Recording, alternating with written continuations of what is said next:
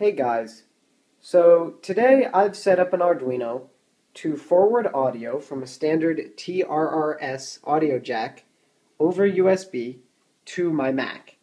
And furthermore, I've written a program for Mac which can write this data coming from USB to a WAV file so that it can be played back later.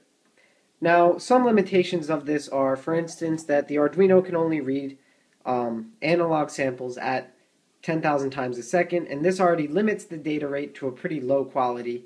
And in addition, the processor is pretty slow, it's only 16 megahertz. So the best sample rate I found that I was able to get was around 6.7K, and right now I'm using closer to 6.3K just for the sake of making sure that it's pretty stable in the sample rate.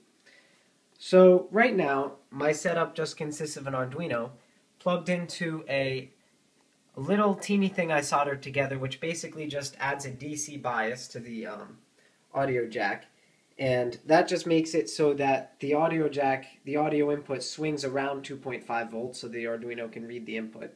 It's pretty straightforward. And then obviously the jack itself, I just ordered this from online. It's pretty cheap, like $1, and it's just got wires coming out that you can connect to your stuff. And you know, right now I only have one channel hooked up to the Arduino. I could make a second one, but it's not really worth it because the quality is pretty bad as it is.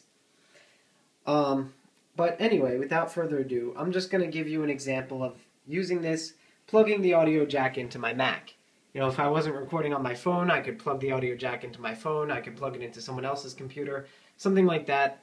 But for now, I'm just going to plug it into the same computer that I'm sending the data to, just to prove the purpose, you know, as a proof of concept. It doesn't necessarily mean it's useful.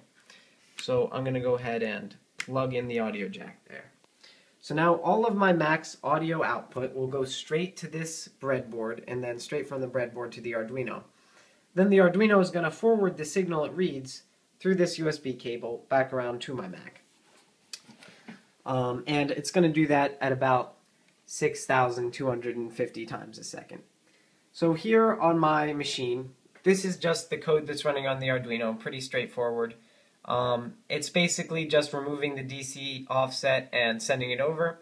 At first I was trying to make an integrator and a differentiator, but I realized that this method is actually pretty reliable since I used good quality resistors and a good quality capacitor for my circuit to add a DC bias, so it's going to be pretty reliable.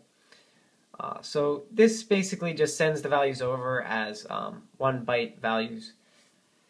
But here I've also written a program in Objective-C which just runs in the command line, and this right here will actually read the samples from the USB port. And as you can see here, well, you probably don't know Objective-C, but it will encode the wave header and everything like that, and I do all that in-house.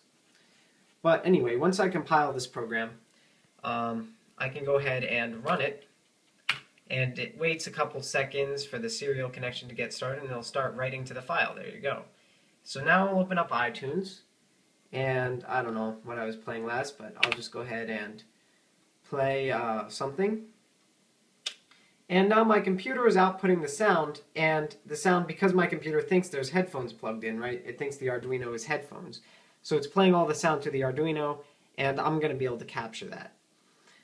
So right now it's writing a WAV file of what my computer's playing, so I'll just pause the song, go back into terminal, and I'll just go ahead and hit Control-C, which I've set up to terminate this program, and it'll write the file in the header.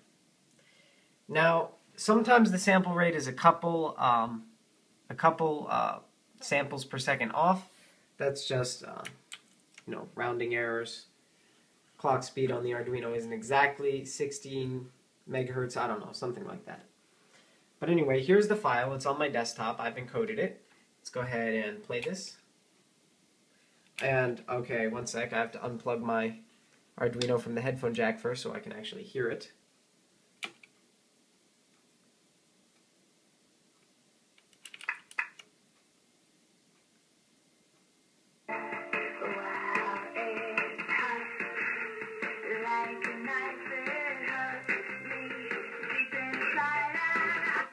So I'm not sure if you can tell, you probably can. It's pretty obvious. The sound is very low quality. This is lower quality than most old telephone wires are, which is real bad. But it still works, and I think it's pretty neat. I can recognize this song and all that stuff.